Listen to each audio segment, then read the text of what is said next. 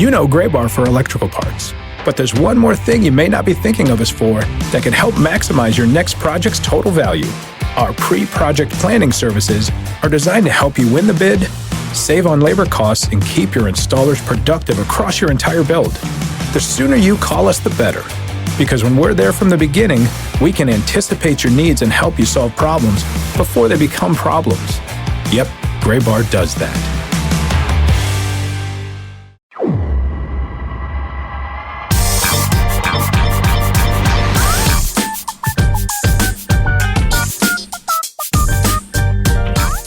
This week's episode of the show before the show, the official podcast of minor league baseball. There was a time just, 40 minutes or so ago in which Sam Dykstra and Benjamin Hill seemed to have been liberated from needing to see my ugly face on this podcast. But then Sam figured out that I had just pressed the button that accidentally turns off my camera. Not the button on Zoom. I'm not that dumb. But there's like a button on my keyboard. Sam was like, did you press something on your laptop? And I was like, oh. Yeah, so now Sam is stuck with seeing my face. Sorry, Sam. Apologies to you. Apologies to myself. I could have just been like, oh, man, that's unfortunate. Old man forgot what button he pressed and had to shutter his face. I really did not think I was going to get dunked on that bad. Apologies to myself. Pretty good. Pretty good, Samuel, you jerk. Well, we welcome you into this week's episode of the show before the show. Your best pal, Sam Dykstra in New York City, and my name is Tyler Mon. Benjamin Hill joining us coming up here in a little bit. We are also going to pay a visit to the Arizona Fall League and the Aberdeen Ironbirds, the play-by-play voice of both Aberdeen and some AFL games this year. Michael Marcantonini will join us. And before we get into all of that, we have so much to talk about on this week's episode of the show before the show.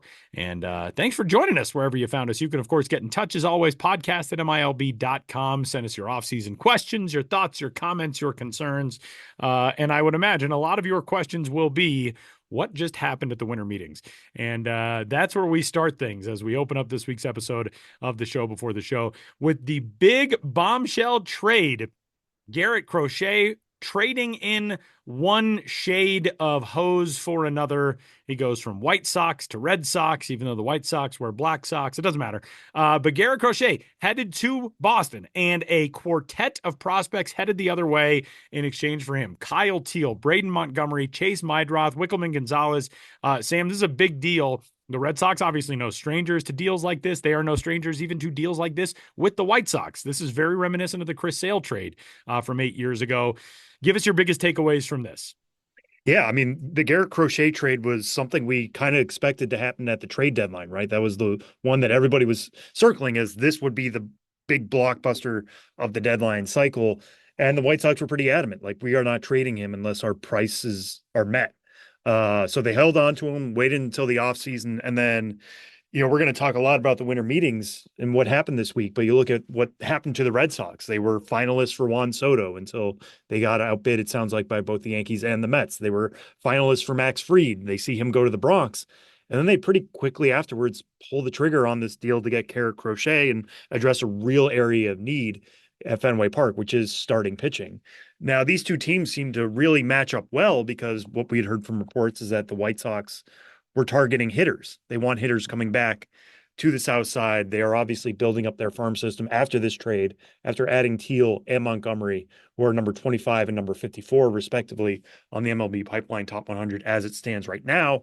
They have 6 Top 100 prospects. So they are building a groundswell here. And of those 6, 5 of them have ETAs of 2025. So these are guys who are knocking on the door, or in the case of like somebody like Hagen Smith, who was their first round pick last year, could move pretty quickly and reach Chicago by next year. So maybe this allows them to turn the page pretty quickly. Pretty clearly, Garret Crochet has 2 years left of control. We'll see if the Red Sox extend him. That was one of his demands, kind of, with a trade at the deadline last year, was like, hey, if you're going to trade for me now, if you want me to pitch in the playoffs, it's going to require an extension, because he was going to be pretty limited, still coming off of some of the injuries down the stretch in 2024.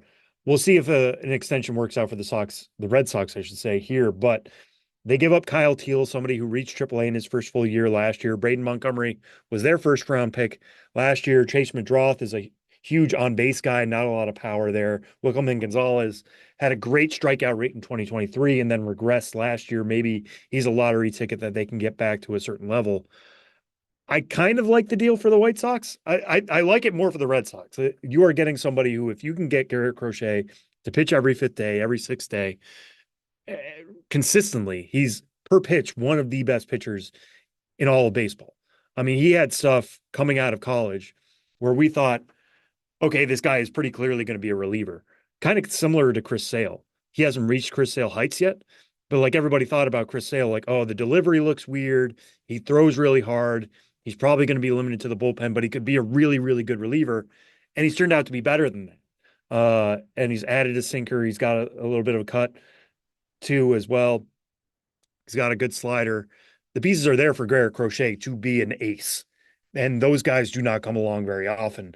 I don't think anybody in this trade going back to the White Sox has the ceiling that Garret Crochet does. Now, he is a pitcher, and he could break down again, and this could look bad. But Kyle Teal, yes, we have him at number 25. He's more of a floor player than a ceiling guy. He's somebody who is a really strong defensive catcher, could be above average to plus back there. At best, he might have average batting average and average power, which would be pretty good for a catcher. You can build around guys like that, but they're not going to be the cornerstone necessarily of your rebuild in Kyle Teal. And then Braden Montgomery, somebody I really like, a corner outfielder, switch hitter, better from the left side than the right when he's hitting, but he's got real power. He's got a significant arm that would be a natural fit in right field. Now he's going to have to hit if he's going to be in right as opposed to center, but like, he is a guy who could be 4, 5, 6 hitter in the major league someday. I'd be interested if maybe someday he gives up hitting from the right side because he's not quite as good there. But the major question with him is he broke his ankle last year, and that I think scared off some teams, and he falls to the Red Sox at number 12. Now they deal him away before he ever gets to play in a Red Sox uniform. So now it's the White Sox who are going to be getting a better look at him and seeing like what is his speed coming off that injury, because it is pretty significant, a broken ankle. So there are still some question marks here. Like I thought when the White Sox were going to be dealing Garret Crochet, you would get like one slam dunk prospect and another top 100 guy. And I don't think they quite have it here, but they are a more dynamic system than they were a few days ago. And that's what you need to be. You need to be deep at certain spots, and they're deep up the middle with 2 catchers now in the top 100 between Kyle Teal and Edgar Caro. They have Colson Montgomery, who insists that he's a shortstop. I still think he probably slides over to third base eventually. And then Braden Montgomery could be another middle of the lineup piece. So, like I said, they clearly targeted guys who could move pretty quickly. Montgomery a little bit less so, Braden Montgomery, I should say, but this is the type of blockbuster you seek out at the winter meetings. You mentioned, Tyler, the Chris Sale deal of 8 years ago. It feels like it's been that long since the winter meetings have really been that relevant and that big deals have gone down at the meetings themselves. And we got a huge one this week. All right, Sam, that is far from the only thing that happened at the winter meetings this week. We previewed the Rule 5 draft last week, and that is now in the books. Some selections that drew your intrigue. Shane Smith goes to the White Sox. Speaking of the White Sox, the Tampa Bay Rays just decided the Mets got Juan Soto. Let's take everybody from the Mets that we can. Tell us about the Rule 5 draft. Yeah, so Shane Smith went first overall to the Chicago White Sox from the Brewers. He was not a ranked prospect for the Brewers. He was probably in our 31 to 35 range, but somebody who could have snuck on it at the end of last year or going into 2025, I should say.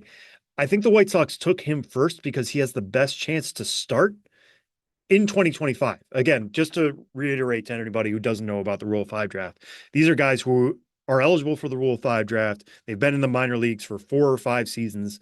Were not added to the 40-man roster ahead of the deadline in November. So they left eligible. Now they must stick with the teams that took them for the entire 2025 season in the major leagues, or else they're offered back to their original clubs. So when you look at Shane Smith, he's somebody with AA and AAA experience. He's both pitched in relief and started. He's got a pretty good fastball with good extension that helps it get on top of hitters. Curveball and slider are just kind of average for me. They're a little bit more ordinary.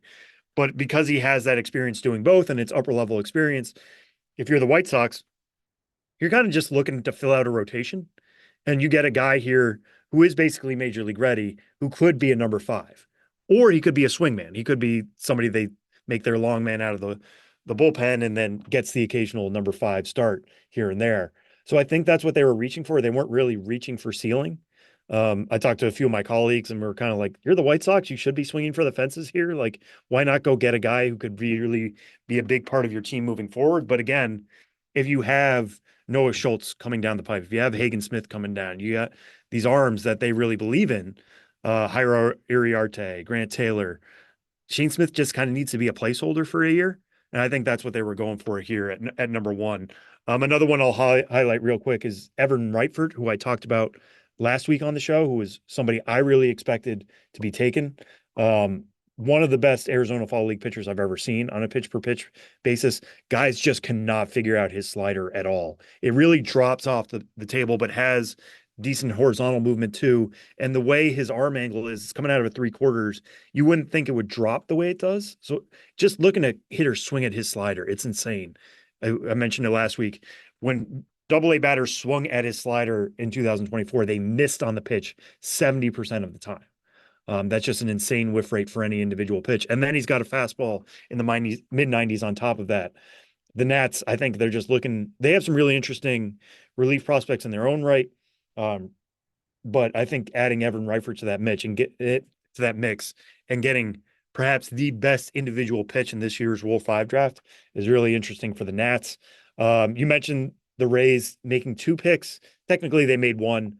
Nathan Lavender, a left-handed pitcher from the Mets, but then also the Phillies took Mike Vassell, who was the Mets' number 18 prospect.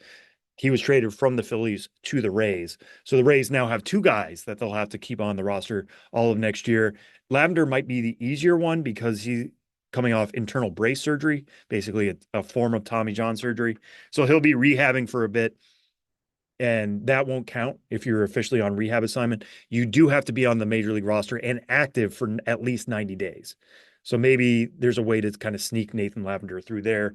He's got a really good fastball that just gets on top of guys with really good extension. I really liked his changeup in the past as well. Maybe there's a lefty reliever. The Rays get out of that. Mike Vassell, I mean, throws at least 6 different types of pitches. None of them are above average to me at this point. He's kind of really regressed, got hit really hard at AAA last year, but has starting experience. So again, if you're the Rays and you're just looking to get a guy through 3 innings, which is what they do sometimes, he can provide that. If they limit his arsenal, maybe they can squeeze out a little bit more. His 4-seam fastball got hit really hard, so maybe they just take that away from him, tell him to go sinker all the time when he is thinking fastball. We'll see. Neither of those guys make the Rays top 30 to me right now, because the Rays top 30 is just so deep. And Nathan Lavender's on the old side, and Mike Vassell, as good as he's been in the past before 2024, I just think I like a lot more of the Rays arms that they have in the system. But it doesn't cost that much. It costs $100,000 to give these guys a look. And then when you offer them back, if it doesn't work out, you get $50,000 back. So low cost, high reward potential here for the Rays. And then one other I'll just highlight real quick. With the 12th pick that was made was Juan Nunez of the Baltimore Orioles, who was the Orioles' number 8 overall prospect. He was the second highest pitching prospect taken, or second highest pitching prospect in the Baltimore system, but was left unprotected. Hasn't pitched above high A yet, was very limited last year because of shoulder injuries. But talk about swing for the fences, something we wanted the White Sox to do. That's what AJ Preller is known for, right? So you wouldn't think like San Diego has room for a Rule 5 pick, but if Juan Nunez, he might be the best pitching prospect in here. He's got decent velocity. He's got 3 decent pitches in his slider, curveball, and changeup. He has a pretty good ceiling. If the Padres are like, hey, maybe we catch lightning in a bottle here and let him pitch in relief 1 or 2 times a week, and then eventually we get a number 4 starter out of this a year or 2 from now, it's a risk worth taking if you're AJ Preller, and if you lose out $50,000 on the deal, so be it. Not the end of the world. So we'll see how things work out there. San Diego obviously has World Series aspirations. They're not just going to carry a guy around to potentially have him be in the rotation in 2026. But that one's fascinating to me, and we'll see how far Juan Nunez can get with the Padres. All right, Sam. The Rule 5 draft in the books. The MLB first year player draft in 2025 now has an order set for next year after the lottery this week. This is an interesting lottery. The Washington Nationals end up with the top overall selection in 2025. The Nationals went into the draft lottery with a 10% chance of getting the top pick. The Angels will pick second. The Seattle Mariners, who had a 0.5% chance of getting the top overall selection, they'll pick third. The Colorado Rockies and the Miami Marlins, who are tied for the top overall odds of getting the first pick in the draft, they will pick fourth and seventh, respectively. The Cardinals, another team with a very low odd of picking high in the draft, picking with number 1, they'll pick in the 5 spot. Pittsburgh Pirates are 6th. You might be thinking, there are 2 really bad teams who are not in the mix there in the Chicago White Sox and the Athletics. Those 2 teams are not eligible for the draft lottery this year, and that is because they are on 2 different sides of CBA rules. The White Sox got a lottery pick in the 2024 draft, but they pay money into revenue sharing. They are not allowed to have consecutive lottery picks. The A's are a team that takes money out of revenue sharing, a payee club, if you will. And they picked in the lottery in 2023 and 2024. Payees cannot receive lottery picks 3 years in a row. So those 2 teams will be at the number 10 spot for the White Sox, number 11 spot for the A's. Rounding out the top 10, by the way, after the Marlins at number 7. The Blue Jays are at number 8. Cincinnati Reds are at number 9. But how about the Washington Nationals, man? Did not expect to get that number 1 selection, I would imagine. They and the Seattle Mariners very much in that boat where it's like, man, we're picking where right now? But pretty luxurious spot for Mike Rizzo and the Nats. Yeah, and it's a spot that they are familiar with. Right. I mean, the Nats maybe have 2 of the most famous. Yeah, they've been pretty good at number 1 overall. They've done an all right job. Yeah. And this is a very different draft than those were, right? Like 2009 and 2010, it was Steven Strasburg went number 1 overall to the Nats one year. And then the next year was Bryce Harper. I mean, Bryce Harper was on the cover of Sports Illustrated before he was a professional baseball player. Steven Strasburg was being hailed as, the next version of Nolan Ryan, and many, many other right-handed greats coming out of San Diego State. So, there's not that slam dunk, and that's something that Jonathan Mayo quotes in this story.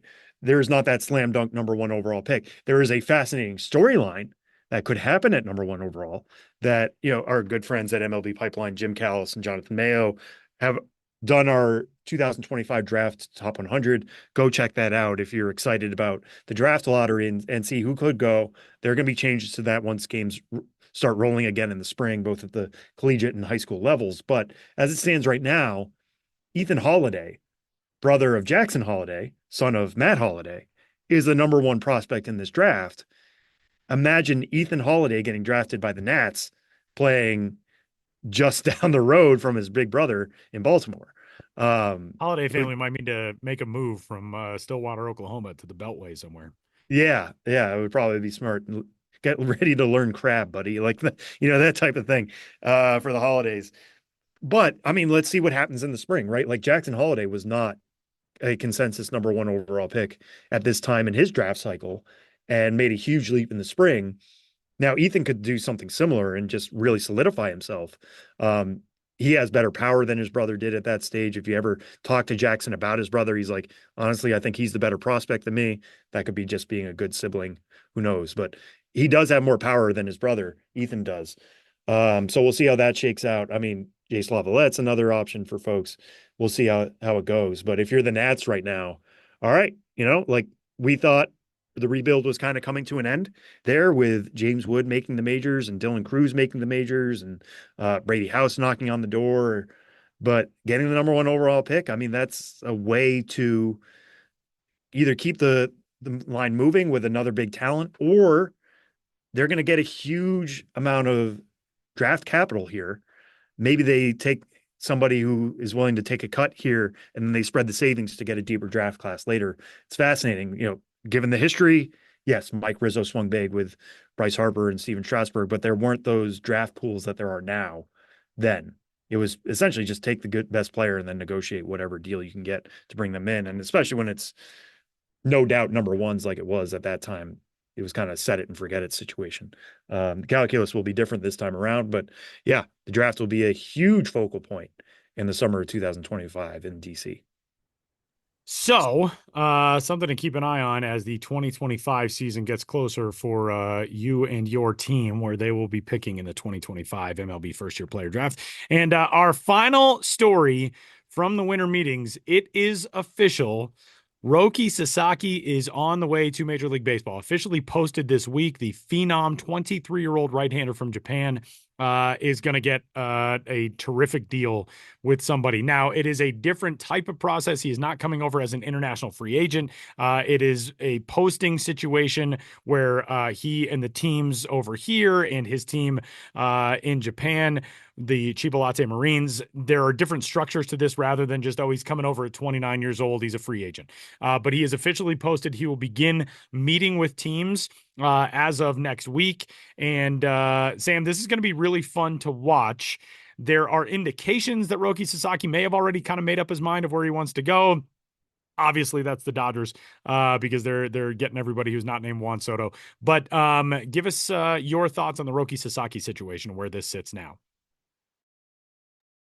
Yeah, I mean it's fascinating to see how it's going to play out because Joel Wolf, Sasaki's agent, talked to reporters at the winter meetings in Dallas and gave a lot of really interesting nuggets. I mean, there were all sorts of rumors that the Dodgers were at the top of the list because they have Ohtani, because they have Yamamoto. There's obviously a great pipeline of Japanese players going to LA, going back to Hideo Nomo, right? Like there's an obvious market there for that.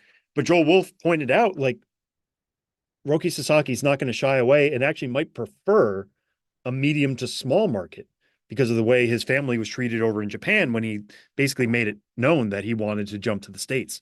It can be difficult for such a young player. He's still only 23 to deal with a lot of media attention. If he goes somewhere that's a little bit more limited in a market, he wouldn't have to deal with that, especially now that he gets to have the choice of where he goes, right? Like this is not just take the highest bidder. Everybody's going to be bidding a ton of money, not a ton of money, but like a ton of their international pool space to add somebody who I'll tell you right now, for me, is the number one overall prospect in baseball. And so as it stands right now, he has been posted. Teams will be able to sign him within a 45-day window. And that 45-day window carries through January 23rd. Now, why is that interesting? Because the international signing window opens on January 15th. Now, it's fully expected that he would sign in 2025, basically, so everybody has their international pool space money reset. Right now, there's only a couple clubs that even have money left over to bid. The Dodgers are at the top of that list, but if he waits a little bit while longer, everybody has enough money and it's all good and they can actually negotiate. So it seems like he's going to meet with teams after the holidays, hear their pitches. Everybody should be in on this. And when I say everybody, I mean every single team. Thomas Harding of MLB.com reported that the Rockies are planning to pitch it. Like, I imagine that's going to be a difficult pitch, right? When you can choose where you're going to take your craft on the mound. Especially given a quote from his agent, Joel Wolf, in which he says, quote, "The best I can say is he has paid attention to how teams have done as far as overall success, both this year and in years past." But it does further the point that this is an open process for everybody. You may not be the likeliest fit, but this is a process where it's not the circumstance where this guy's coming over, he's a full-on international, a full-on free agent, and it's just going to be whoever can open the pocketbook largest for him. Yeah, and one thing that's kind of stuck with me as part of this process too is that it seems like he's really going to be interested in like who's going to make me the best pitcher. And some of these orgs are better at teaching pitching than others. I mean, you look at like the Cleveland Guardians. Every year it seems like they draft somebody with zero velocity and all of a sudden they're turning into a 95 to 97 mile an hour monster. The Seattle Mariners have a slew of homegrown pitchers and they still would not be afraid to add Roki Sasaki to the mix, and they do pitching development really well. The Tampa Bay Rays find out what they have a legacy with Japanese legends there as well. Yeah, and it sounds like Ichiro Suzuki will be part of their pitch, as he very well should be. And the Tampa Bay Rays know how to find out what you are good at and just lean into that. The Boston Red Sox are becoming really good at that. They haven't had the primo pitching prospect come up in the last year, but like we talked about that last week with Connolly Early, of just they figure out what is your strength and they develop that really well. The Roki Sasaki, that's a splitter. But in the past, he's touched triple digits with his fastballs. Velo regressed a little bit last year. So the team that signs him is going to try to figure out why that happened. Was it an injury? Was it something else? And get him back on track. So that could be part of this too. Now, the Dodgers are really good at that. The Padres have been really good at developing top line prospects. They could certainly be in the mix there. And I think they fit that small to medium market. Now, they are not small by any means, but it's not LA. And, add him to the top with Leo Dallas DeVries and Ethan Salas, and all of a sudden that Padres system looks a lot better, and they're contending right away. I don't know. There's so many balls in the air here. I'm fascinated to see how he decides this.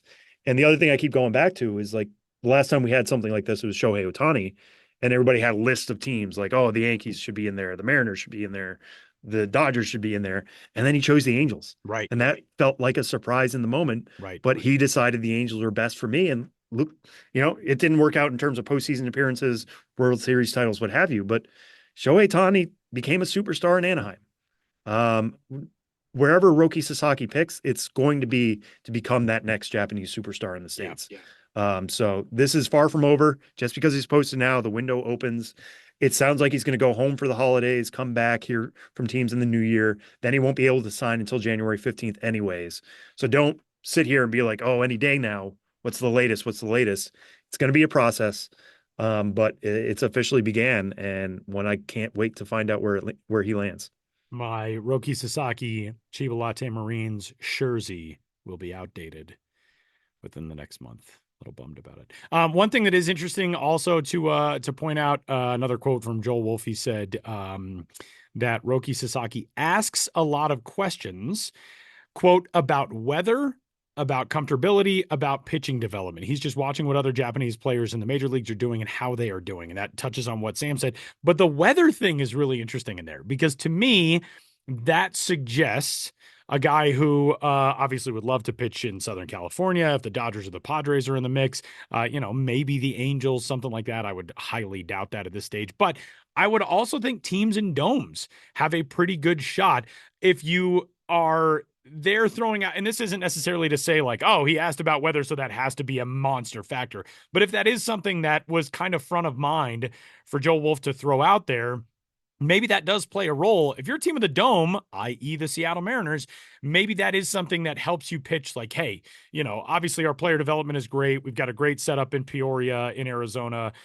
We will get you to the level that we know you can be as a star. We've got this tremendous legacy with Ichiro in our franchise history and still being involved with the franchise on a regular basis. I'm not trying to hype it up too much for Mariners fans, but I'm saying that's the type of place that could be a good fit if it isn't something like New York or Boston or Los Angeles or even San Diego, which I know is not a quote unquote major market the way the other three are, but certainly has spent like one in recent years. Yeah. And I think you bring up those factors in ways that wasn't really being brought up with Juan Soto, because Juan Soto, it always felt like he was clear. I'm going to go to whoever signs me for the most money. I'm just going to, as is his right. Roki Sasaki is capped. He decided to come over now. He has to participate in this international pool system. It's not like Yamamoto, where he could just be like, all right, who wants me most? And that happened to be the Dodgers. There are other factors that he's going to have to weigh. Like, let's say, the Mariners, because they're capped at a certain level, can only offer so much. And like the Twins, we'll say, can offer $1 million more. $1 million isn't going to be a breaker for Roki Sasaki. It's these other factors, because he's going to make that money in endorsements and hopefully, if all goes well, in free agent money down the line. So it's not so much who can offer the most, it's who can offer the best for him. And I think who he chooses is going to reveal a lot more about this process than we're going to learn during the process itself. Fun stuff coming up over the next month or so with Roki Sasaki and the team that wins his services for 2025 and beyond. And that'll do it for our winter meetings recap. Sam, we're headed to the Arizona Fall League / the Aberdeen Ironbirds / the winter meetings here in our next segment. Tee it up for us. Yeah, this is somebody I got to know pretty well in Arizona, Michael Marcantonini. He was the communications manager there, and also, or communications coordinator, I should say, and also a broadcaster for the Fall League. So we're going to talk a little bit about what his Fall League experience was like. He was there for all 6 weeks. I was only there for 2. So we'll hear about what he thought about the Fall League. And also, it's a good week to get him because he was on the ground in Dallas for the winter meetings this week. So find out what it's like to be there, what the vibe was like, and what kind of things he picked up from his time in Dallas. So this is me speaking with Michael Marcantonini.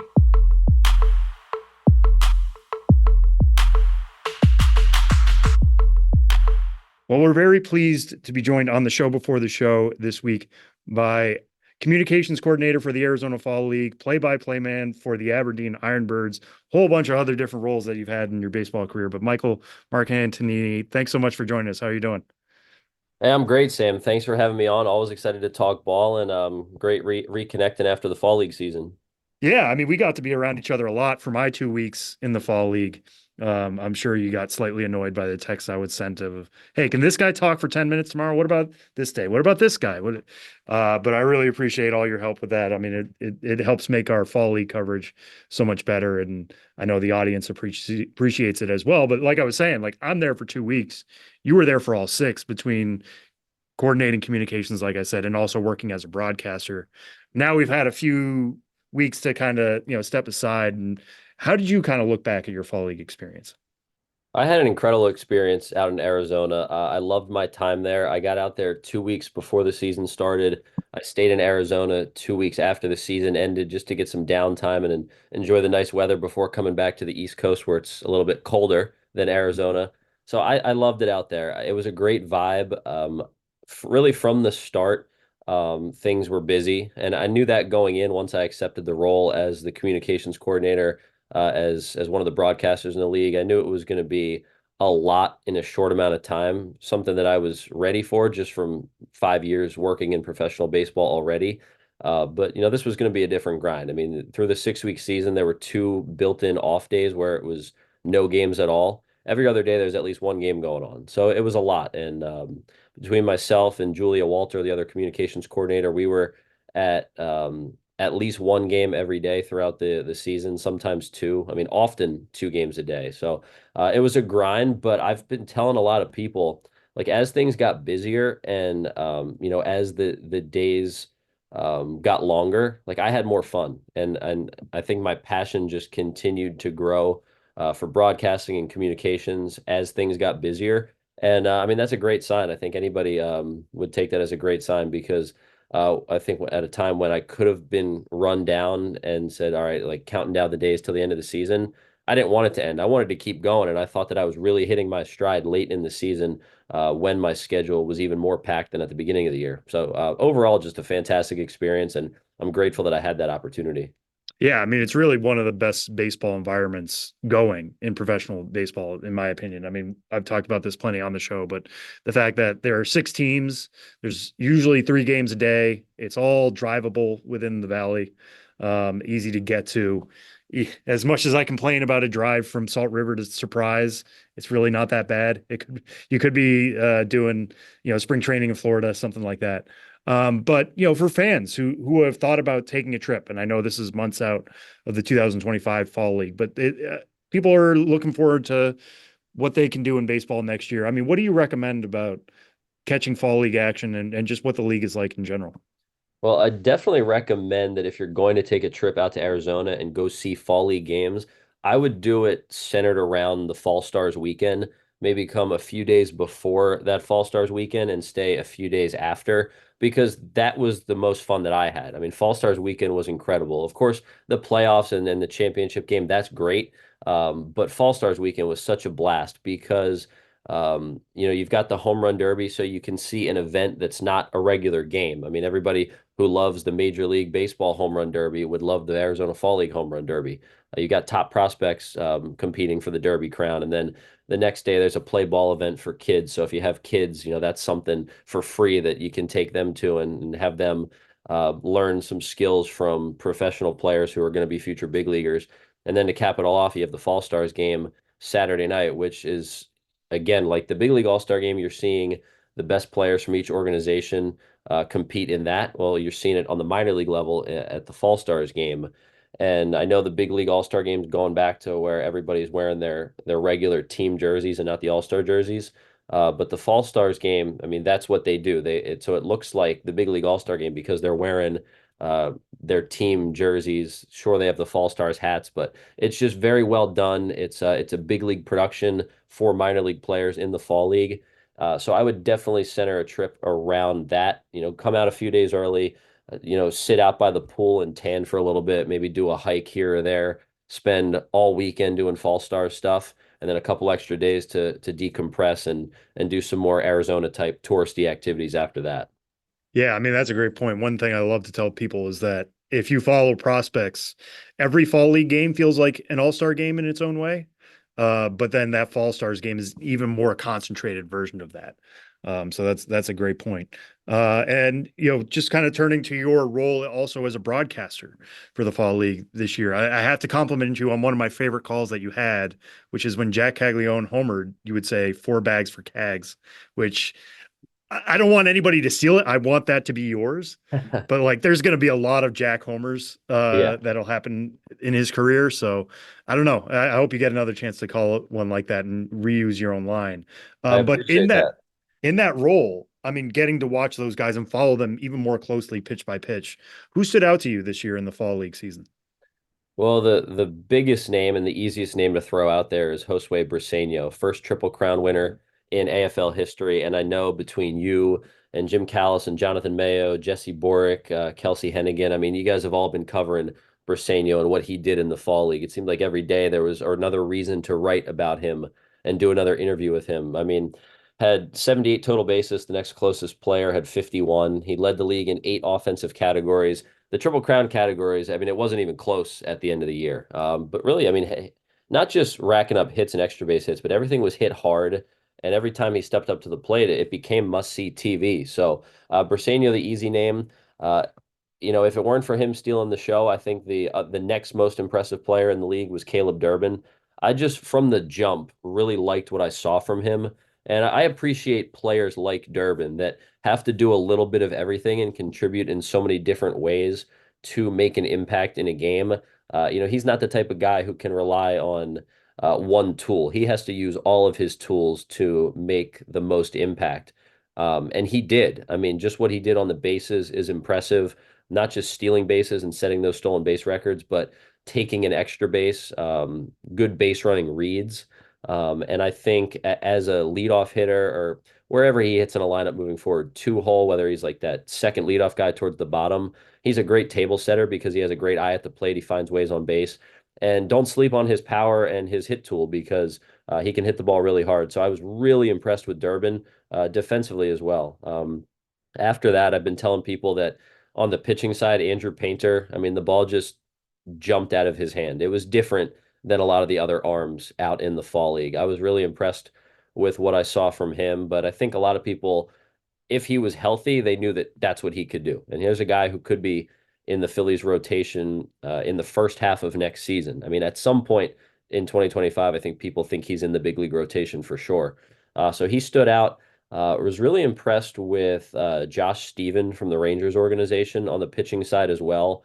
A guy who's not as big of a name compared to Painter, but he was right in the thick of things in terms of best arm that I saw in the fall league. Really consistent, low walk totals, and didn't have to rely on high strikeout totals to get outs. He could pitch to contact and go deeper into games. And honestly, going deeper into games is one thing that maybe stood out the most with him because in the fall league, going deep, quote unquote, into a game is 3, maybe 4 innings. But he was doing that consistently from the start, and he was bouncing back start after start, even going a little deeper. Yeah, I mean, Steven is a great call because I think, like you said, a lot of people have heard about Briseño. A lot of people know about Painter. Durbin is that perfect example of like, I think you get to love him more the more you see him. Like his numbers were good this year at AAA, but getting to see him every day in Scranton, I thought there were some questions about the power. And it's like if he runs like he does and he's turning singles into doubles and doubles into triples, like you said, making those smart base running decisions, and you get to see those when you actually get to watch him play. Those aren't necessarily just popping up on a player page. All of a sudden, Aaron Boone's talking about him maybe being their second baseman next year. I mean, Yeah. it was a real opportunity of somebody taking the fall league opportunity and running with it, and earning a 40-man spot in Caleb Durbin's uh, case there.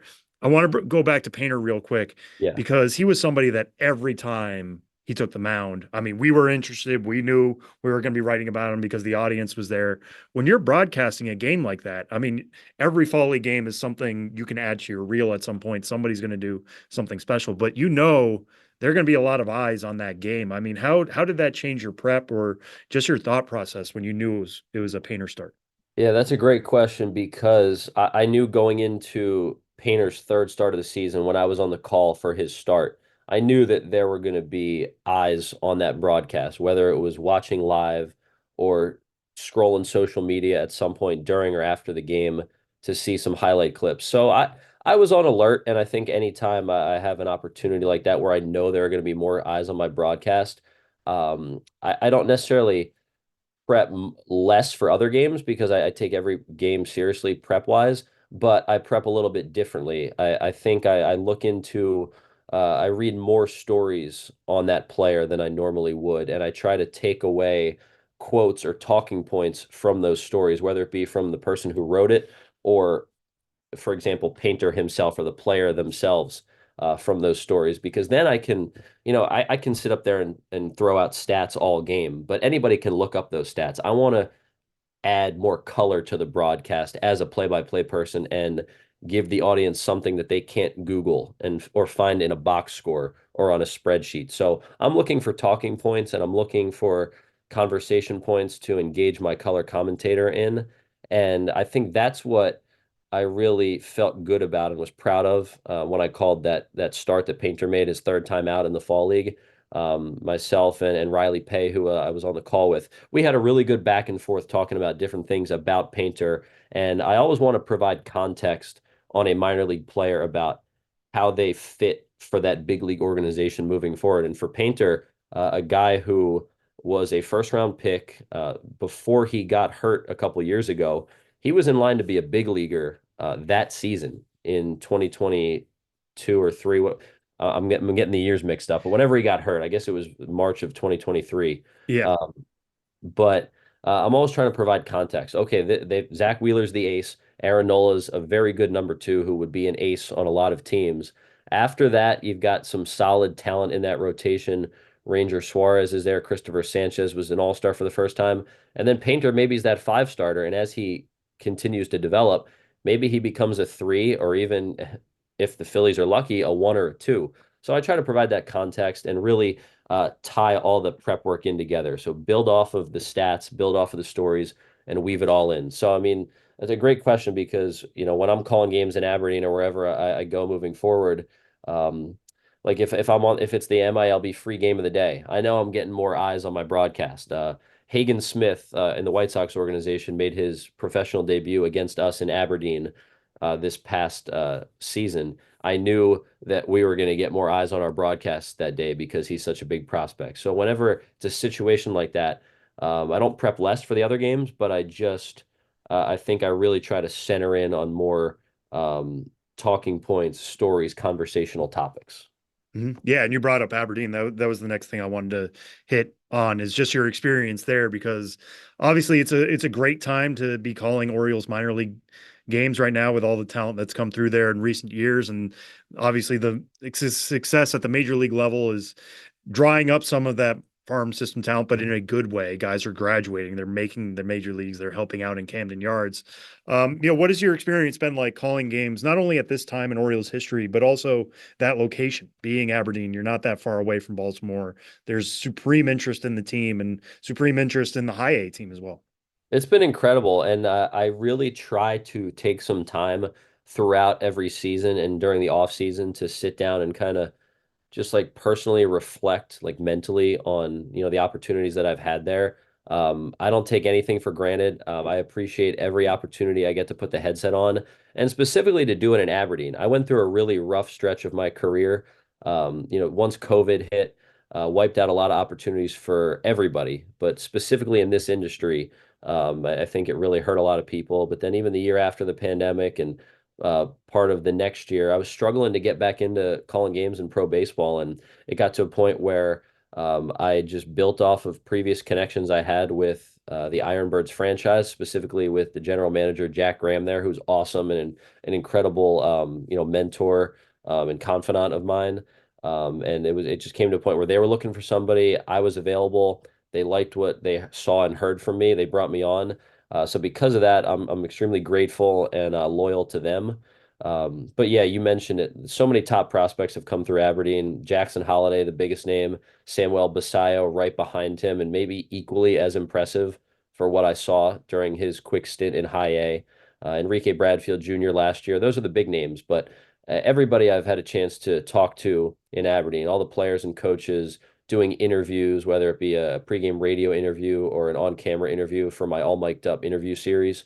It's been fantastic. Everybody's awesome to work with, and a lot of these guys I've developed friendships with, aside from that player broadcaster working relationship. So it's great to see them continue to move on and staying in touch with them. But yeah, man, I mean, Jackson Holiday specifically, when he spent 2 months in Aberdeen, I knew that every call I made with him at the plate might go somewhere on social media. And if it was going to blow up on social media, then that's my voice that people are hearing, and that it's great for my career. So that was huge, and I'm really appreciative of it, and I hope that can continue to build on it moving forward. But every day I appreciate the chance to put on a headset, and I've hit a lot of personal career milestones in Aberdeen. My first opening day as a lead broadcaster in 2023, my first time calling all 9 innings of a no-hitter this past summer in 2024, big walk-off home runs. It's been a blast, and I've had a ton of fun with it.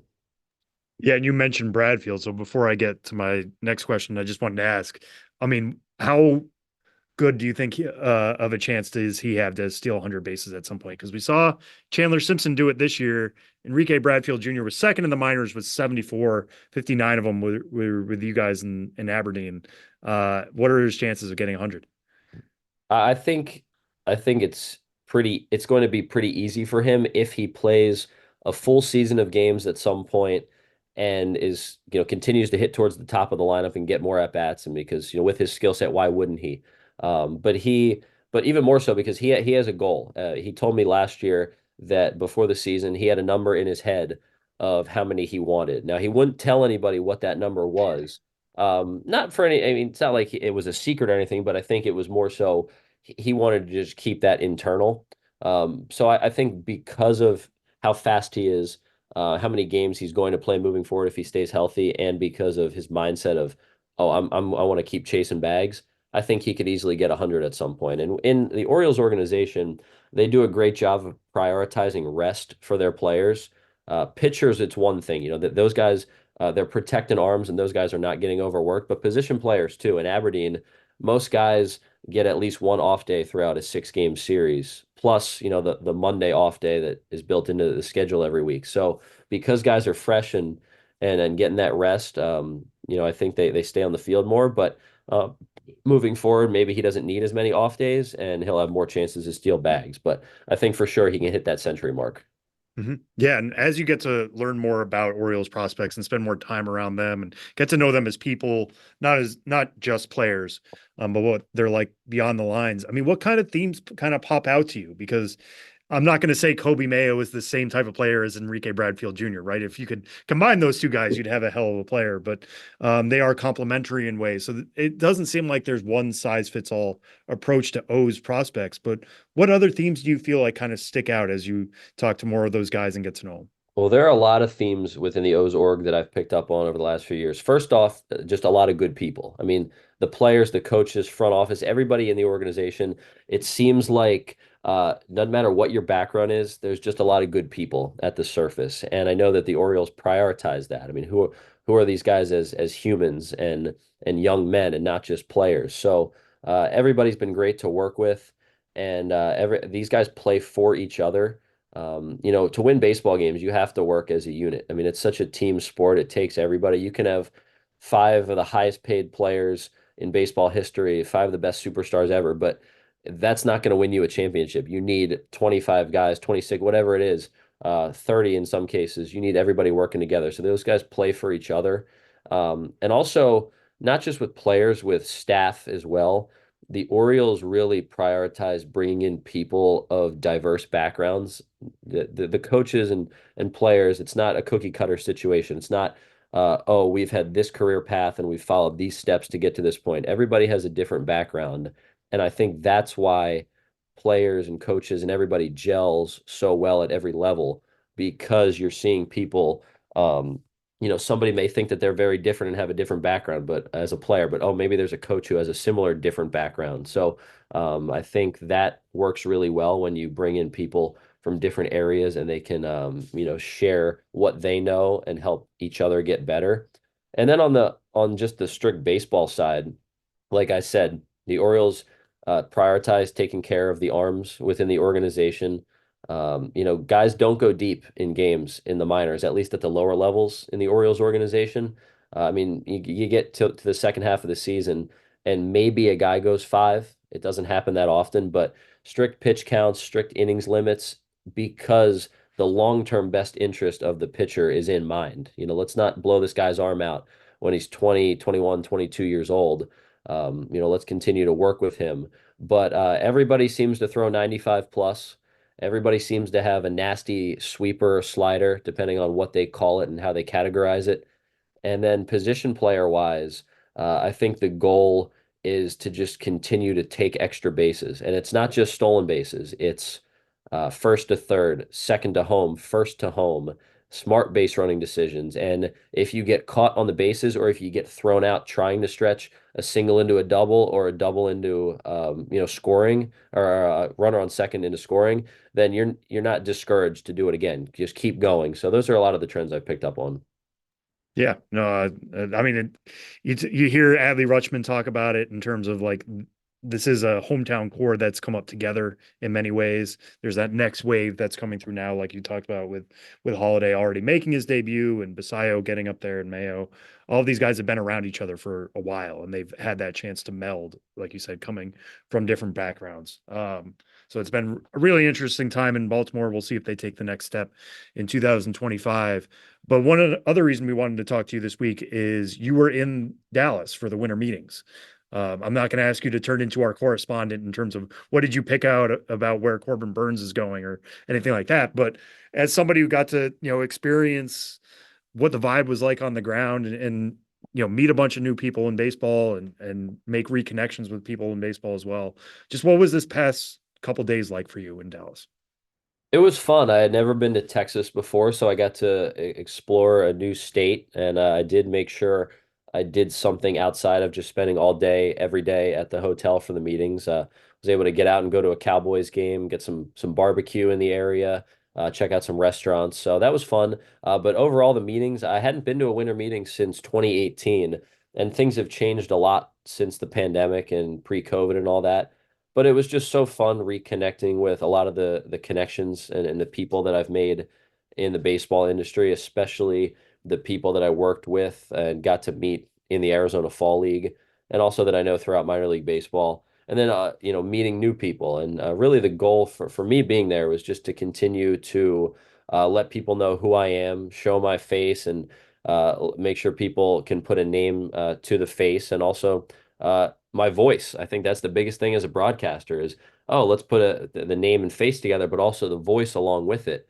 So that was great as well. And just to let people know how passionate I am about this game, and how much fun I have working in baseball, and let them know what my ultimate career goals are, and just that at the end of the day I just want to have fun doing what I'm doing. So it was great to be around the baseball fam, as I call them. And also, here's some news about all these trades and free agent signings and all that's going down, because there's very few opportunities throughout the year where you have so many people within the baseball industry in one spot. And it's really cool. You're networking with a bunch of people, maybe doing interviews and or getting the scoop on big off-season hot stove stuff. But it's really cool to see everybody in one place for one of the only times that you can get that throughout the year. Yeah, I'm glad you brought that up because I get asked a bunch of times during the year, like, oh, should I go to the winter meetings? Like, it has changed. There used to be a job fair that doesn't really exist anymore, but it is still a super concentration of baseball people in one place, that you're just spring training, everybody's spread out to their 30 different, spring training sites. I mean, everybody's in Florida or Arizona, but they're still spread out.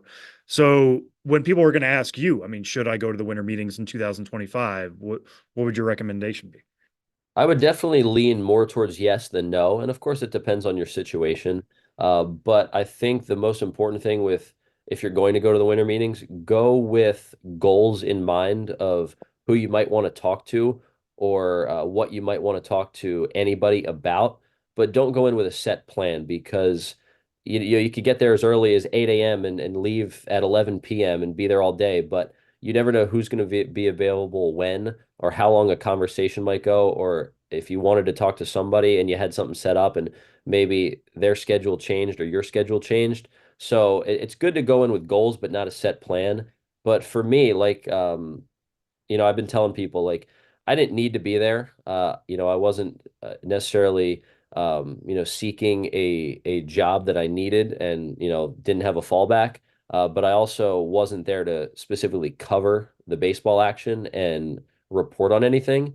But I think it's just really good to let people know who you are and get in front of somebody face to face and have legitimate, productive conversations in person, especially ahead of the next season, well in advance of it. So if you can set aside some money to book a flight and find a place to stay, and it doesn't break the bank, I think it's definitely worth it. But there are ways to find cheaper flights and or if you live within driving distance, it's very easy to make it happen. And then you can room with some people and reach out on social media to see who's got an extra room or space for you to crash for a night or two. And you don't have to be there the whole time. Maybe you just go for one day. If I think if you're from the city that the meetings are in or have family in that area or friends, then definitely make it happen. That drives the cost down a little bit. But if you just want to continue to work in baseball or break into working in baseball, it's a great place to be. And, it doesn't have to be all meetings every day, the entire time you're there. Go explore the city, go check out some restaurants, go have fun and do other stuff. So I think if you look at it as making a trip out of it and the meetings just happen to be part of your trip, then I think it's really worthwhile. Yeah, and I know a lot of people in the industry listen to the show, and hopefully we'll take that to heart for 2025 and all the winter meetings still to come. Well, Michael, thank you first off for all your work in the fall league and everything you've done in Aberdeen, and can't wait to hear you back on the airwaves during the 2025 season. Thanks so much for joining us on the show before the show. Yeah, thanks for having me, Sam. It was a pleasure to be on the show, an honor to be on the show before the show, and I really appreciate all the work that you guys do covering the game, especially on the minor league side, and hoping we can connect in person again sometime soon. Yeah, let's make it happen next year.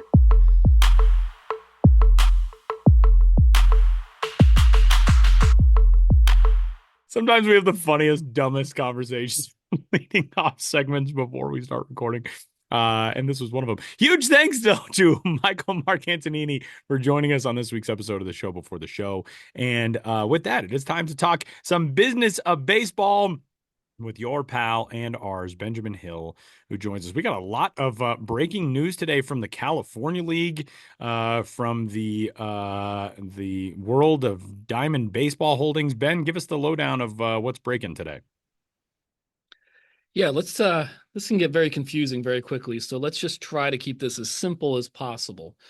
But yeah, a lot of moving parts in the Cal League, which we already knew about to some extent. But now the picture is coming into place a little clearer.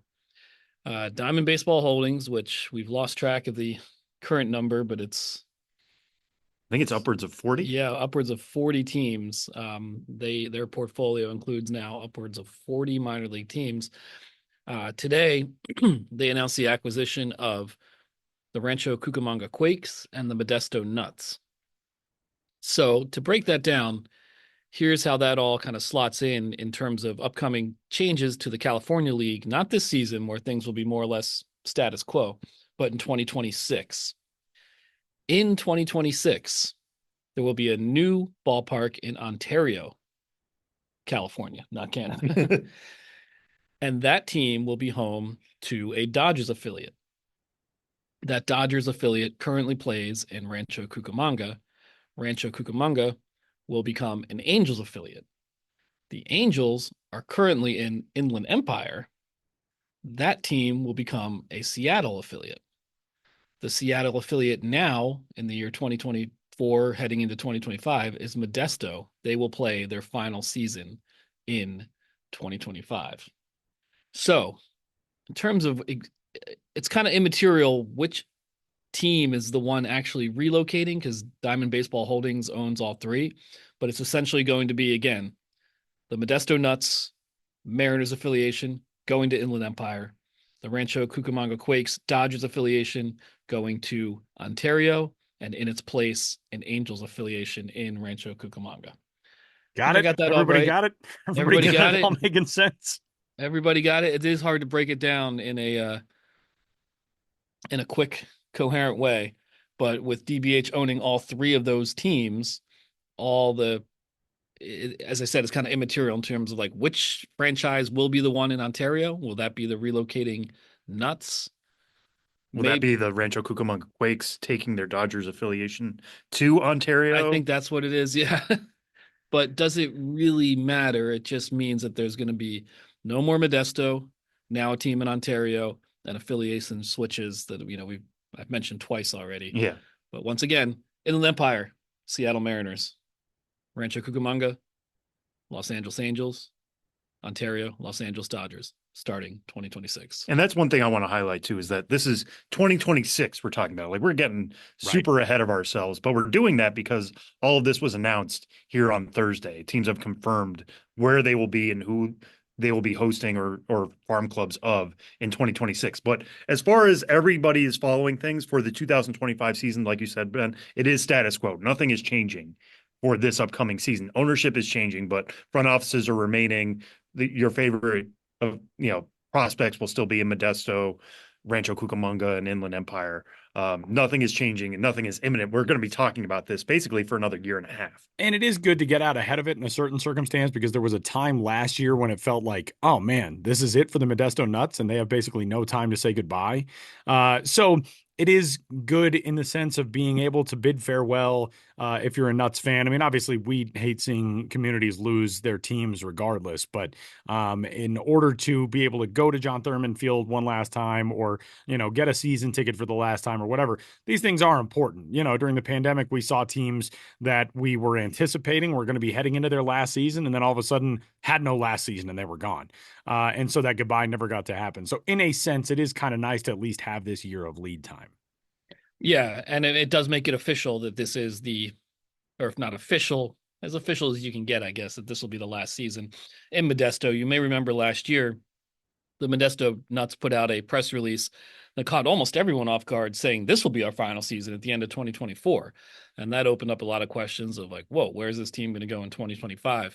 They had been unable to reach terms on a lease extension with the city of Modesto for their home of John Thurman Field. And then they worked out a 1-year extension for 2025 that at least keeps everything in place for that final season, and not just some terse, unexpected goodbye, which seemed to be possibly the case at a point last year. And the Nuts had been owned by the Mariners. So now it's a case of the Mariners selling that team to DBH, and yet another example of a major league team owning a minor league team that has now sold the team. We see not many major league teams owning the minor league affiliate outright anymore. A big reason for that is because the impetus for a major league team to own a minor league team in the past was for stability and control back in the era when PDCs, player development contracts, were renewed after every 2 or 4 years.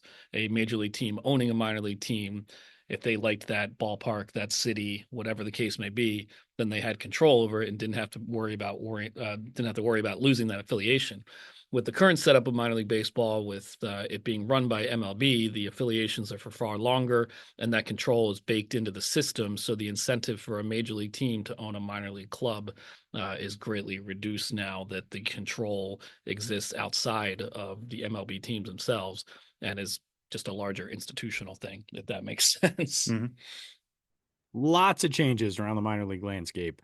over the last few years and continuing. So there is some clarity on the California League situation. And with that, we're going to move to a couple of stories that Ben has had in the newsletter as of late. The baseball traveler himself. Ben, I want to kick things off talking about a guy who is named after one city in North Carolina, but broadcasts for a different city. He's not actually named after one city, but Andy Durham, who is the voice of not the Durham Bulls, but the Greensboro Grasshoppers in North Carolina. This is a great story. You know how much I love all of your stories on broadcasters, but this is a great one. Andy Durham has been with Greensboro for a long time and is a beloved member of that baseball community. He is a quirky character, and this is yet another one of those stories that I got the raw material from a road trip and just have so much stuff that it's coming out throughout the off season. But Andy Durham, I first really not got to know him personally, but got to know him through, social media clips of Greensboro Grasshoppers calls over the years. And if you're listening to this and a minor league fan, you may have heard them before. Tyler, we'll send you some clips that you can throw one or two into this podcast so you know what we're talking about. I like it. But he has a catchphrase, a home run catchphrase that is just long gone. And that doesn't sound like much of a catchphrase, except that the way he does it is he stretches out the long, not just like for 2 or 3 seconds, but for 10, 15 seconds. And it becomes almost sort of like a monotone, like air raid siren hum, just like long. But I can't do it the way he does it. But just we'll play some clips. It is surreal and strange and polarizing, but it's his thing, and these clips are a hoot to listen to, as they say. Still just one hopper gone, 2 on. Lonnie White Jr. Going. Don't you know, going. That's sort of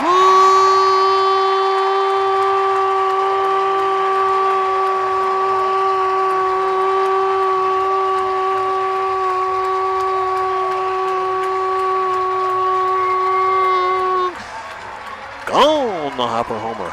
Long gone, the hopper homer. Castellano tonight for the Claws. First pitch, slapped hard toward left, going. That sucker's long gone, the hopper homer. That sucker is long gone, another hopper homer. It hit the guy right in the hands on top of the hill. Right in his hands out there. The fan in the hands, in the stands.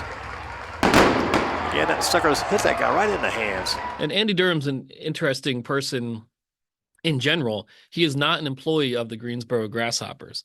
He described himself to me as an independent contractor.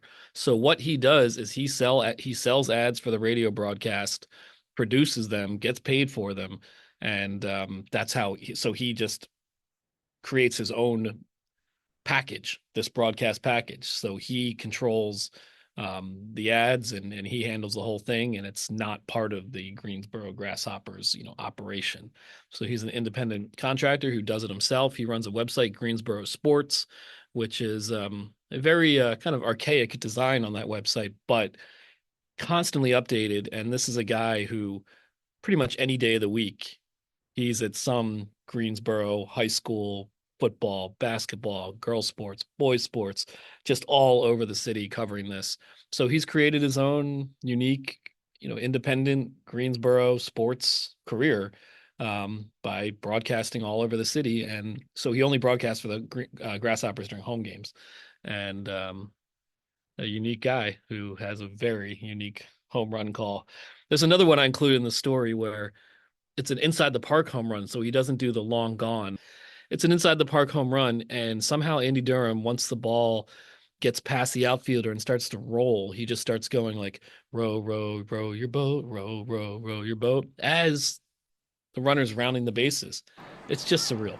We'll play that clip too. Had a homer back on Sunday solo shot, homered on Tuesday solo shot. Fly ball center field. Will it get down? It will get down. This ball's going to roll. Roll, roll, roll your boat gently down the stream. Come on home and see what we mean. Roll, roll, roll your boat gently down the stream. He's at third. He's headed over. Roll, roll, roll your boat gently down the stream. He's in. He's in. He's in. He's in. He's in. He's in. Inside the park home run. Roll, roll, roll your boat gently down the stream. Merrily, merrily, merrily. Life is but a dream. Yes. Wow. Ball just kept rolling. Roll your boat. Wow. Got past the center fielder, Burke, and just kept rolling. You knew when that ball got past the fielder and it was rolling, Matheson just kept rolling. Roll your boat gently down the stream. There he goes again. Wow. Amazing. Andy Durham, unique minor league character. Glad to finally get that story out. That is a good one. He also looks so much less than thrilled in the photo that is at the top of the newsletter, which he's got things to get to. I opened it up and I was like, did Ben sneak this picture of Andy Durham? No, he posed for that. He was happy to talk. A nice guy, and It's a great story. Yeah, Great story and great calls. Hope he enjoys the story. He's probably like, "What? I talked to that guy months ago. Why is this story just coming out now?" All right, Ben, let's pivot and talk about somebody else in the minor league world, a little ways south, or I guess more west of Greensboro, North Carolina, with the Double-A Rocket City Trash Pandas. Victor Medeiros, who is a 23-year-old pitcher in the Angels system and has spent a couple of stints in the big leagues over the last couple of years, but also has an additional job requirement, I guess not really a requirement, but a job feature that he performs for the Rocket City Trash Pandas, and I would imagine other stops throughout his baseball career. Tell us about the additional talents of Victor Medeiros. Yeah, this is a story that I guess it was the front office staff with the Trash Pandas before I got there said, hey, you might want to talk to Victor Medeiros. He is the team barber. He has made two brief stints with the Angels, one in 24 and one in 23. And he was a reliever in his limited major league experience, but he's made 20 starts for the Trash Pandas in each of the last 2 seasons. When you're starting pitcher, you have some downtime, and he puts that downtime to good use as the clubhouse barber. And he has cut almost all of his teammates' hairs. He knows all the different styles. Bubba Hearn, who we actually had on this show years ago, the clubhouse manager for the Rocket City I remember Trash that Pandas. one. Yeah. I think we had him on specifically to talk about how he tracked down the first Trash Pandas home run ball in Chattanooga, in the woods behind the stadium. But Bubba Hearn, making a guest reappearance on the show, at least in terms of being mentioned, he tracked down a used barber chair for Victor Medeiros. So in the clubhouse last season, Victor Medeiros had his own barber chair, and he gave just a ton of haircuts. And he said, talking about what he likes about it is just we don't talk about baseball in the barber chair. We just talk about whatever. So he looked at it as a bonding experience for him and his teammates, because obviously a bunch of baseball players are going to talk about baseball a lot, but to find the context in the clubhouse to kind of disassociate from the game a little bit, because everyone needs a break, and just talk about whatever and share your story. And in the story, I get into Medeiros' own story, which is an interesting one. He's a Cuban-born player who made the trip to the United States, eventually settling in Miami as a kid. His father had already gone to Miami, set up a life there, and then set up for the rest of his family to join him via a arduous and I'm sure at times terrifying journey that started in Costa Rica, went all the way up through Central America, into Mexico, and then from there to the U.S. border and through. So an interesting background story for him as well. And I'm sure he shares bits of his story when he's cutting hair. You just share things about your life. So I got a little into Victor's story as well, but the larger story is check out this guy. He's a barber. He's the clubhouse barber for the Rocket City Trash Pandas. Don't know. He's on the Angels 40-man roster right now. Has been in the big leagues, as I mentioned, the last 2 seasons. So rooting for him going forward to find his footing in the big leagues and hopefully stay there and be a major league clubhouse barber. But in the meantime, I imagine he'll be cutting hair no matter where he ends up. It could be Rocket City, could be AAA Salt Lake. Who knows? I feel like they should install a new barber chair in Salt Lake. It's a new park. Just somebody plan ahead, get a new barber chair for the clubhouse in Salt Lake. Seems smart. That's a good idea. I mean, now's the forethought. time. Yeah, get it in there from the start. exactly. Which reminds me, not really related to anything, but when I was in Durham this year, visiting the Durham Bulls at Durham Bulls Athletic Park, I can't remember why, but one of the they have great decorated suites that the suite owners, just put a lot into. And in one of the Durham Bulls suites I went into, there was a whole barbershop setup. in the suite, like with a vintage chair and all the accoutrements you need to cut hair. And then outside of the suite, at the door to the outside that led into the outdoor seating area of the suite, there was actually a barber pole, and it's lit up when this suite has its barber there. So I'd never seen that at a ballpark before. Anyway, just a little hair cutting aside. I once cut a man's hair on the field too. Vince Marucci in Trenton as part of a How did it go? fundraising effort. It Was didn't it go like well a at buzz, all. or did you have to use the Yeah, it was a scissors? buzz cut. It was like a Okay. cancer fundraiser, and I gave him a buzz cut, and I just thought the hair would just, and I don't know if it was the clippers or my style, but his hair was all getting cut. We were out there in between. I mean, not his hair getting cut, but like the clippers are getting caught on his head, and he's like, "Ouch!" And we're like on the video board, and I'm like, "Dude, I'm trying my best. Sorry. I'm sorry.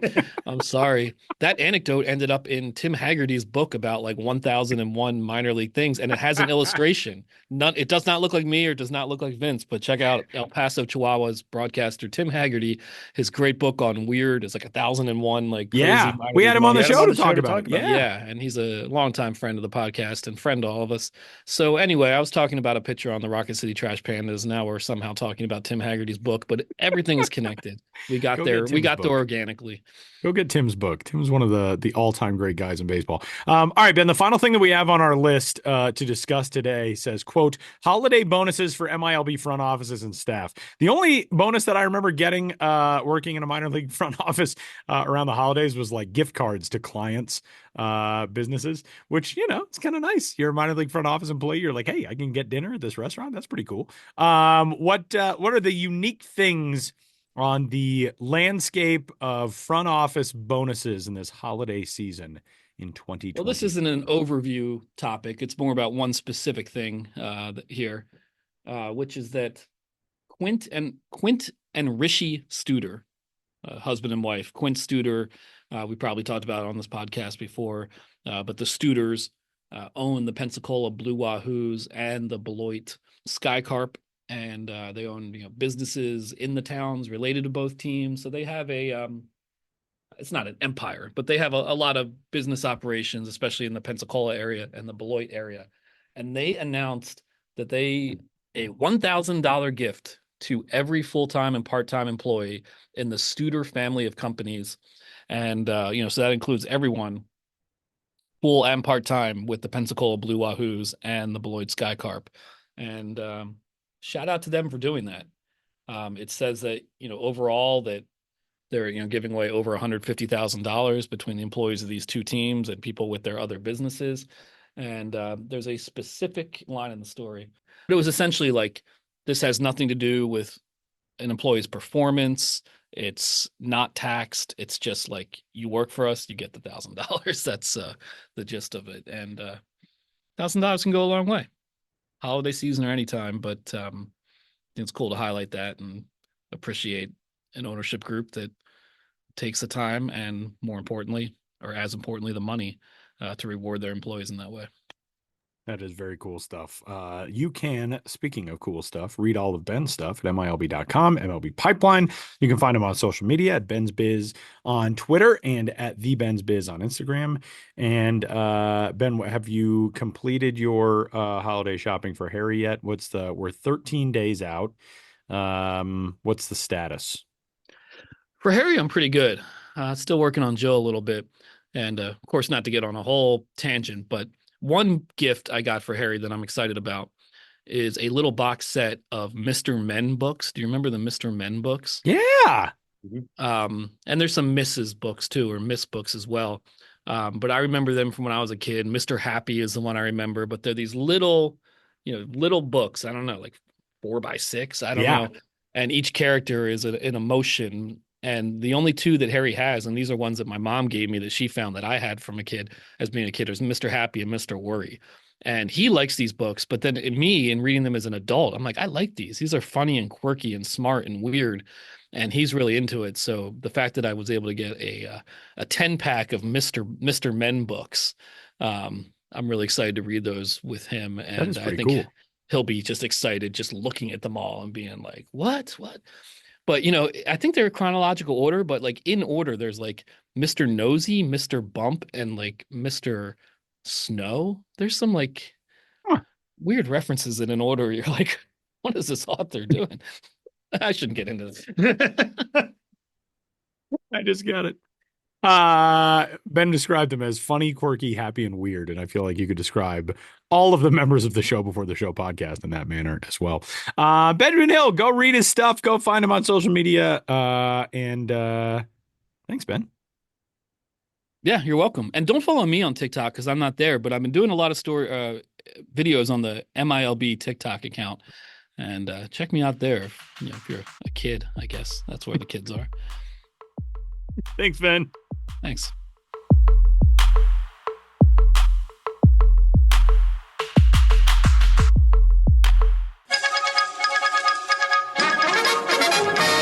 We interrupt this podcast to bring you another thrilling edition of Ghosts of the Miners. Now, here's your correspondent and host, Joshua Jackson.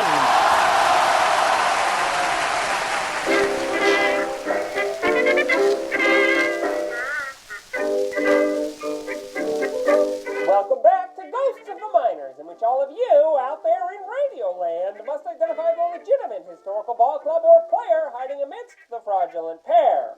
One once really toiled on the bump. The others never even took to the hill. In the last segment, I asked you which of the following minor league baseball players did at one time exist. A. David Billy Josephson.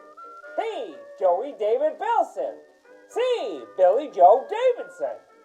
You're not fooled by just any Tom, Dick, or Harry if you picked C. Billy Joe Davidson, who pitched for 6 seasons across the 3I League, the Western Association, the Tri-State League, the Eastern League, the American Association, the Pacific Coast League, and the Southern Association.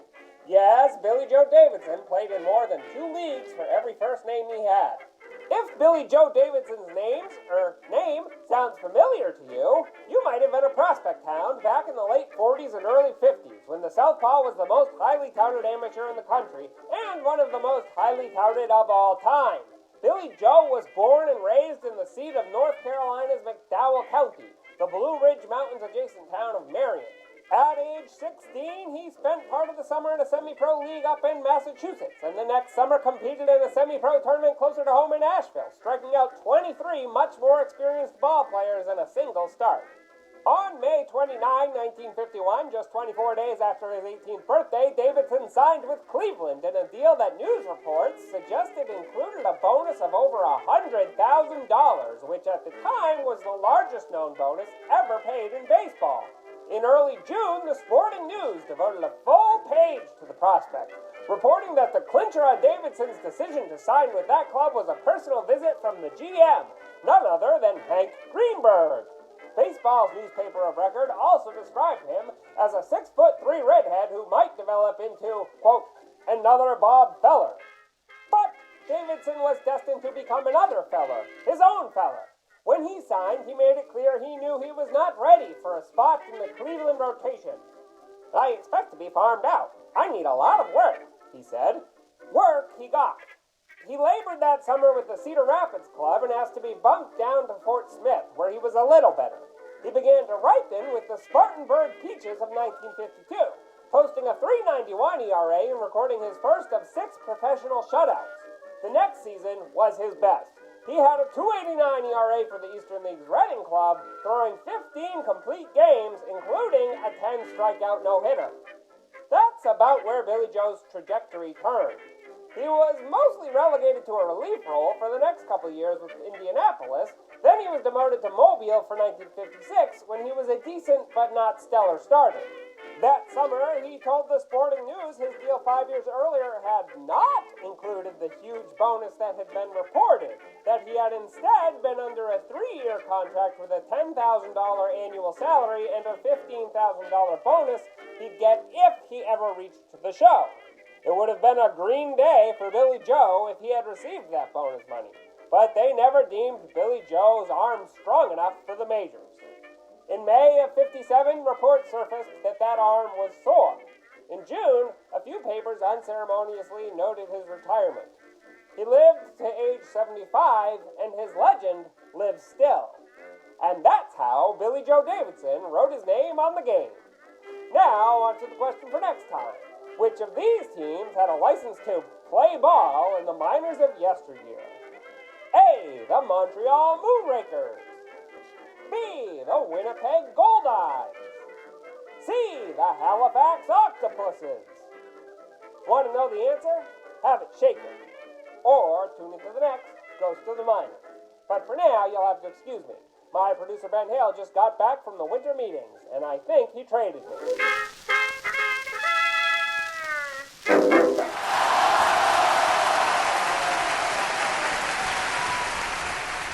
Big thanks as always to Josh Jackson as the crowd goes wild in approval of another thrilling episode of Ghosts of the Miners. And we get set to wrap things up. But before we do, it's time for Name That Dude. I can't believe that we have still not had anybody submit a Name That Dude theme song. I'm a little disappointed in all of you. We get, handfuls of listeners every week. And I can't believe that none of you have conjured a Name That Dude theme song. I'm very maybe it takes time. They could be working on a masterpiece. They've been in the studio. Yeah, they've been in the studio for months working on this. But it is time for Name That Dude. This week, Ben is the dude knower, which makes me and Sam the dude guessers. Ben, fire away. All right. This is a slightly different direction this week, and you guys will see why. And I'll start off with, well, as we always do, with pretty minimal information here, but this man was a draft pick of the Cleveland, well, then they were the Indians, in 2013. Wow. Okay. So it's one of the more recent dudes we've had. Very recent. At which point he started a fairly long journey within the Cleveland organization. 2013, Class A short season, Mahoning Valley Scrappers. 2014, mostly, although not many games, but mostly with the Lake County Captains. 2015, Lake County, and then High A, Lynchburg, the Hillcats. 2016, Lynchburg and Lake County. 2017, Lynchburg and gets up to Akron, Double A for the first time. Then 2019, a few games in Lynchburg, and that's where his career with the Cleveland organization ended. From there, this man was primarily a catcher. He did not play in the major leagues. He's a native of Aruba. And Tyler, you may remember him because he played internationally in 21 and 22 in Amsterdam and Curacao. Now, why would I pick someone like this who never made the majors, a native of Aruba, but played quite a long time in the minor leagues? He won an award. He won an award. Was he a Milby winner? He was not a Milby winner. Dang it. It's on the tip of my tongue. Oh, is this Sicknarf? Sicknarf Loopstock! Correct. He won Miners Moniker Madness. And he was a member of the Dutch national team that played in the 2019 Olympic qualifier in Parma and Bologna, Italy. And I was so thrilled to get to tell that story about Sicknarf Loopstock. Yeah, if you are a new listener to the show before the show, or you're a new follower of minor league baseball, we used to do this competition every year called Miners Moniker Madness, where we would pick people with the most interesting names in minor league baseball, like Rian Spanger-Furstenberg or Sicknarf Loopstock or Forrest Snow, or the trophy was named after Wonderful Terrific Mons III, which was the name of a minor league player back in the day, and who I think reached the big leagues. We used to do Miners Moniker Madness, and it would be a bracket style thing, and you would vote. It was my favorite. I've talked about this before. Games that I would broadcast where we were just getting smashed. It'd be like, 12-2 Salem in the third inning. And I'd just be like, well, let's go through Miners Moniker Madness. Let's just go down the bracket on air and tell you about all the greatest names in minor league baseball. But Sicknarf Loopstock, his father's name is Francis, and Francis spelled backwards is Sicknarf. And that is the reason behind that name, Sicknarf Loopstock, who, has been playing internationally. And Sam, nice work, Sam. Yeah. When you Yeah. said an award, I was trying to think of all the awards we've had in the past. Yeah, and I know that was going a little off script with that one. He won, I believe, in what was the final season of Miners Moniker Madness, which was in 2013. I don't think we did it beyond then, but it started in 2007. I pulled up an article I wrote of like recapping all the winners. And because it was a fan vote, not necessarily the craziest name won every year, especially in that first year when Houston Summers won. I mean, that's not like a crazy name. Yeah, kind of weak. Sorry, Houston. He was a catcher. I think he came back as a pitcher a little bit later. He never made the big leagues in 2000, but he defeated Nucci Varner and Will Startup. Nucci Varner in the semifinals, and then Will Startup in the finals. And then in 2008, Will Startup emerged victorious. And I remember doing a story on Will Startup about like his cleat art. He was an artist and had like cool painted cleats. And he was around, I think, particularly in the Orioles system for quite some time. Can't remember if he touched the majors at any point. He was close, but he defeated Rowdy Hardy and Dusty Napoleon. But in 2009, Dusty Napoleon, a great name, he won. Rallied to claim his title. Yeah, he won because previous winners were not allowed in the next year, right? Yeah, right. yeah. Yeah. Imagine finding out like, oh, your name's not as cool this year. Yeah. But Dusty Napoleon triumphed over Rowdy Hardy and Beamer Weems. That's a great one. Then Rowdy Hardy Then finally finally got it. Rowdy Hardy in his third, getting so close. Rowdy Hardy wins in 2010 over Mark Hamburger in the semifinals and Seth Schwindenhammer in the finals. 2011, with Rowdy Hardy out of the way, Seth Schwindenhammer wins it over Dusty Harvard in the finals. And Rugnet Odor, yeah. who might be the most famous player that we've mentioned. Yeah, he was in the semifinals that year. 2012, Rock Shoulders. I remember interviewing him in like Vancouver that year over Caleb Bushyhead. And again, Rugned. I never liked this guy's name. Rugnet Odor. Rugnet Odor, whose uncle Ruglis was a coach in the Cleveland organization for a while. There's a bunch of other Odors with R names. And then finally, 2013 is when Sicknarf won it all. And I think it was probably good we ended there because I think Sicknarf Loopstock is the greatest of all. I don't know if we're going to ascended to a certain plane. Yeah. I think it was Sicknarf. And I wish I could remember who the other guy was, but I remember somebody did a story on the finalists or like how the bracket was going. And it was like two of the guys, one was playing first base and the other had reached first base, and they had to acknowledge each other, like being in the bracket. Oh yeah, I do remember that. I want to say Sicknarf was one of them, but you just kind of look at it like, hey, you've got an interesting name. Well, you've got an interesting name. Well, yeah, you can't train for it unless you're going to like add a funny initial the next year and be like, actually, I'm Sicknarf E Loopstock, and that's funnier than just Sicknarf.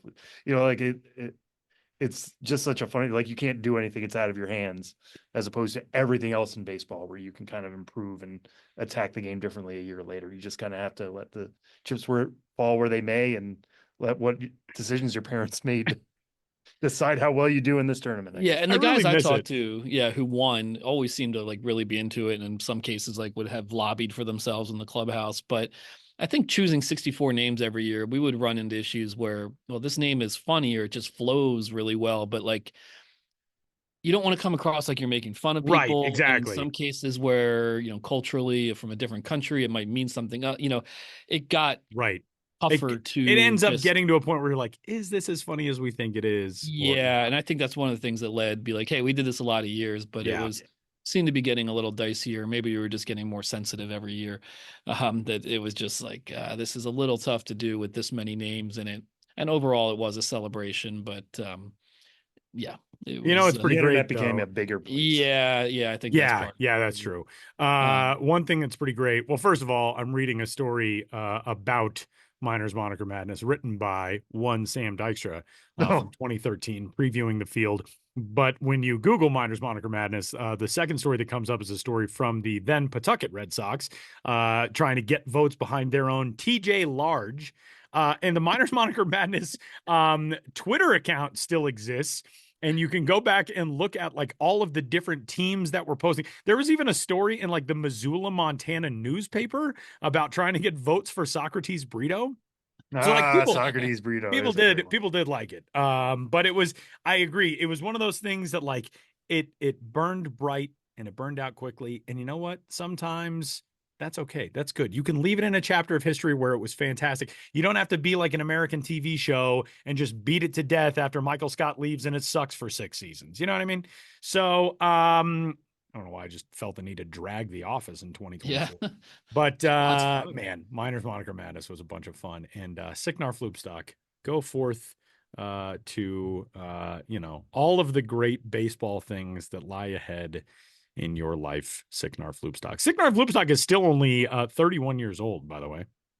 And the reason he was drafted, he went to college at Western Oklahoma State. You might have been wondering, like, well, wait a second. He's from Aruba.